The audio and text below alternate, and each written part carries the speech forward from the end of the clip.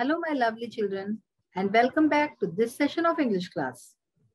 मैं मानसी आप सबका स्वागत करती हूँ।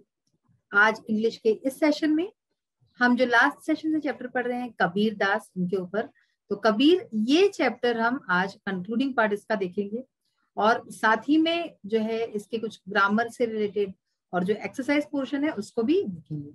तो आइए सबसे पहले हम पढ़ते हैं चैप्टर कबीर।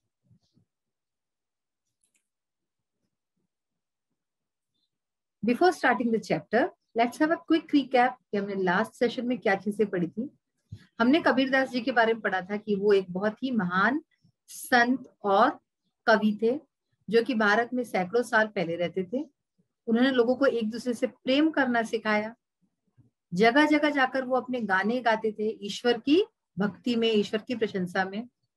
और ऐसे ही बरसों बीत गए, कबीर जो है बुढ़े होने लगे और उनके कई सारे फॉलोअर्स, कई सारे अनुयायी उनको मानते थे। कबीर के जो गाने थे, उनकी जो कविताएं थी वो बताते थे, उसमें हमें ये पता चलता है कि भगवान हर जगह है। उनकी रचनाएं अगर हम पढ़ें तो हमें पता चलेगा कि वो एक सच्चे मायने में एक महान संत, एक सच्चे संत थे। और इसी तरह से हमने यहाँ पे उनके दो दोहे भी पढ़े जिससे कि हमें पता चला कि वो एक she was a great thinker और एक समाज सेवी, समाज सुधारक भी थे। तो हमने दो दोहे पढ़े थे, ऐसी बानी बोलिए मन का आपा खोए, औरन को शीतल करे आपो शीतल होए, कबीरा खड़ा बाजार में सबकी मांगे खैर, ना काहू से दोस्ती ना काहू से बैर। तो ये दो हमने दोहे पढ़े थे। इसके बाद हमने पढ़ा कि कबीर ने हर किसी को ये सिखाया, ये पाठ पढ़ाया कि ईश्वर से प्रेम करो।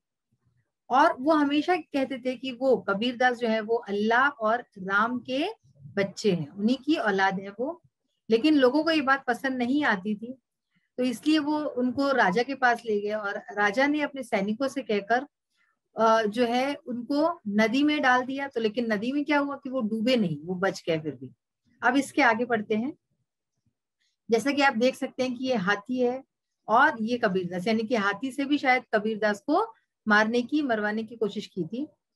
The next time they put him in a hut and set fire to it. The hut burnt down, but Kabir was safe. Finally, they threw him in front of a mad elephant. Instead of killing Kabir, the elephant ran away without harming him. On being defeated several times, the emperor set Kabir free. तो कबीरदास को मारने की उस राजा ने भरपूर कोशिश की कि वो किसी तरह से मर जाए, लेकिन भगवान उनके साथ थे तो हर बार वो नाकामयाब हो जाता था। जैसे कि आपको पता है भक्त प्रहलाद की कहानी भी आपको पता होगी, किस तरह से जो हिरण्यकश्यप जो था उसने कई जो है कोशिशें की अपने बेटे को ही मरवाने की, लेकिन वो नहीं मार पाए क्योंकि उसके साथ खुद भगवान थे। तो ऐसे ही कुछ इनके साथ भी था। The next time they put him in a hut and set fire to it. तो अगली बार, पहली बार तो इन्होंने नदी में फेंक दिया लेकिन वो डूबे नहीं। दूसरी बार जो है इन्होंने क्या किया, एक हट, एक झोपड़ी में इनको जो है डाल दिया और उस झोपड़ी को आग लगा दी ताकि वो जल के मर जाए। The hut burned down but Kabir was safe. तो आश्चर्यजनक रूप से क्या हुआ कि जो झोपड़ी थी वो तो पूरी जल के राख हो गई, लेकिन कबीर पूरी तरह सुरक्षित थे, कबीर को कुछ भी नहीं हुआ, उनका बाल भी बांका ना हो सका। Finally, they threw him in front of a mad elephant. Instead of killing Kabir, the elephant ran away without harming him. और लास्ट में क्या किया उन्होंने कबीर को जो है एक पागल हाथी के सामने डाल दिया ताकि वो हाथी आए और उसको मार दे। लेकिन उस हाथी ने क्या किया, instead of killing Kabir, Kabir को मारने के बजाय the elephant ran away without harming him, जो हाथी था वो भाग गया वहां से, उनको एक भी हार्म किए बिना, उनको कोई भी नुकसान पहुंचाए बिना तो पागल हाथी वहां से चला गया। On being defeated several times, the emperor set Kabir free. तो इस तरह से कई बार जो है कबीर से हार के जो है उन्होंने क्या किया, कबीर को फ्री कर दिया, कबीर को मुक्त कर दिया राजा ने। And when Kabir died his natural death, his followers quarreled among themselves. The Muslims wanted to bury his body, the Hindus wanted to burn his body. Suddenly, the Hindus and the Muslims heard a voice from the sky. It was Kabir's voice. Take the sheet off my body. When they removed the sheet, they did not find the body. In its place, they found only some flowers. So the Muslims took one half of the flowers, while the Hindus took the other half. इस paragraph में बता रहे हैं कि उनकी मृत्यु के बाद क्या हुआ था। And when Kabir died his natural death, तो और जब कबीर को उनकी नेचुरल डेथ हुई, जब उनकी प्राकृतिक रूप से जो जैसे मृत्यु होती है वैसे हुई, हिज फॉलोअर्स क्वेरल्ड अमंग देमसेल्व्स, तो उनके जो फॉलोअर्स थे, उनके अनुयायी थे, वो आपस में लड़ने झगड़ने लगे। यानी कि उन्होंने इतना अपने जीवन भर लोगों से कहा मिलजुल के रहो, सब रहो, लेकिन फिर उनकी मृत्यु के बाद फिर से वही लड़ाई झगड़े शुरू हो गए। The Muslims wanted to bury his body, जो मुस्लिम थे वो उनको अपना समझते थे, इसलिए वो चाहते थे कि इनकी बॉडी को जो है दफना दिया जाए। The Hindus wanted to burn his body, और हिंदू चाहते थे कि उनकी जो शरीर है उनको जला दिया जाए, क्योंकि सब में अलग अलग तरीके का एक जो है विधान है। Suddenly the Hindus and the Muslims heard a voice from the sky, अचानक से हिंदू मुस्लिम दोनों ने एक आवाज सुनी जो कि आसमान से, आकाश से आ रही थी। इट वॉज कबीर्स वॉइस, ये आवाज कबीर की थी। Take the sheet of my body, और इस आवाज ने कहा कि मेरे शरीर के ऊपर से चादर हटा दो। When they removed the sheet, they did not find the body. जैसे ही इन्होंने वो जो शीट थी, वो चादर थी, हटाई, तो उन्होंने क्या देखा कि वहां पे उनकी बॉडी थी ही नहीं। In its place they found only some flowers. तो उनके शरीर की जगह वहां पे कुछ फूल थे। So the Muslims took one half of the flowers while the Hindus took the other half. तो इसलिए जो मुस्लिम थे उन्होंने आधे फूल रखे और जो हिंदू थे उन्होंने भी आधे फूल रख लिए। तो इसलिए आप देख रहे हैं कि कितना मतलब आश्चर्यजनक रूप से इनका जन्म भी कैसे हुआ, कहाँ हुआ, ये किसी को नहीं पता है। आज तक भी उसका रहस्य किसी को नहीं पता है। ये जो है जब बिल्कुल बहुत छोटे बेबी थे तब इनको जो है एक जुलाहे जो थे, जुलाहा दंपत्ति थी, उन्होंने पाल पोस के बड़ा किया, तो उनको ये मिल गया था। तो कहाँ पे इनका जन्म हुआ, कैसे हुआ, किसी को नहीं पता था। इसलिए इसे न जन्म का न पता, और मृत्यु भी हुई तो उसके बाद भी आप देख सकते हैं कि उनका शरीर भी कैसे गायब हो गया। तो एक तरह से he was a mysterious man, बहुत ही रहस्यमय व्यक्ति थे। Now see some new words and phrases, कुछ नए शब्द हैं। सेंट का मतलब है संत, फॉलोअर अनुयायी, राइटिंग्स रचनाएं, कपलेट्स कविता की दो पंक्तियां, थिंकर विचारक, सोशल रिफॉर्मर समाज सुधारक, बरी दफनाना। तो ये कुछ शब्द थे जिनके हमने मीनिंग देखे। Now we will see further कि और आगे हम कौन सी एक्सरसाइज है। देखिए लैंग्वेज प्रैक्टिस आपको दिख रही है, तो यहाँ पे हमारी जो इंग्लिश लैंग्वेज है, भाषा है, उससे रिलेटेड कुछ एक्सरसाइज होती हैं, तो वो देखते हैं हम। फ्रेजल वर्ब्स, फ्रेजल वर्ब्स देखिए यहाँ पे कुछ फ्रेजल वर्ब्स दिए हैं और उसके मीनिंग दिए हैं। तो set fire to, set fire to इसका क्या मतलब हुआ, आग लगाना। Put someone or something to flames, यानी कि किसी व्यक्ति को या किसी चीज को जो है आग लगा देना, इसको बोलते हैं set fire to.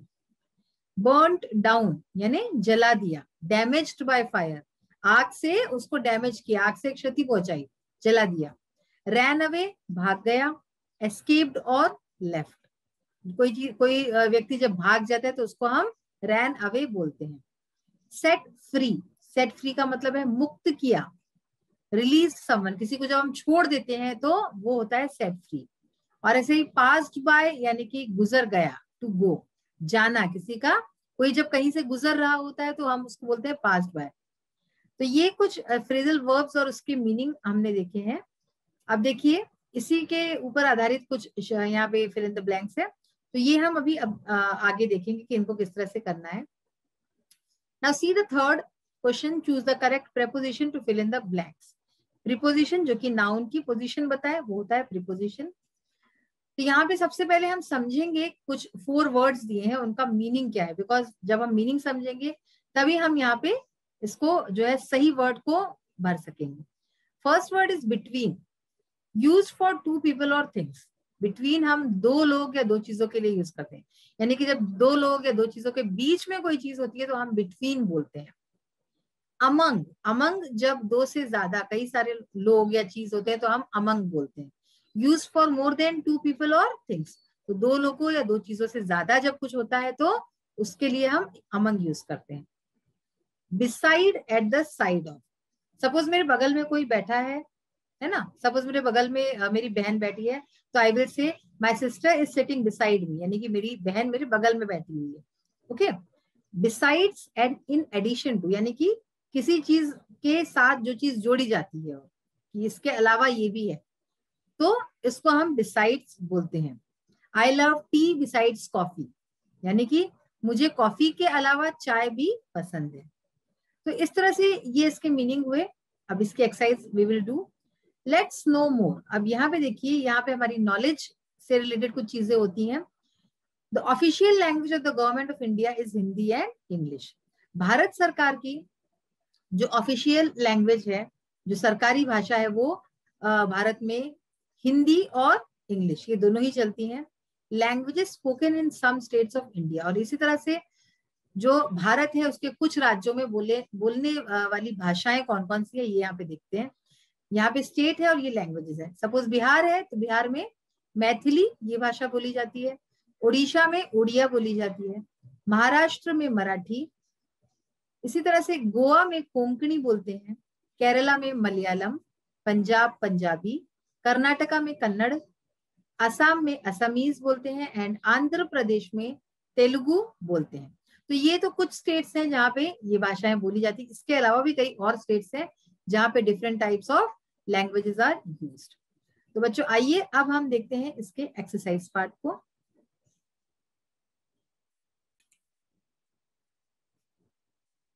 So let's see the language practice exercise. Fill in the blanks with the appropriate phrasal verbs given in the box. So all of these phrasal verbs, its meaning we have understood earlier. इसके सारे के meanings हमने देख लिए हैं। अब इसको हमें fill up करना है। The thief set fire to the building.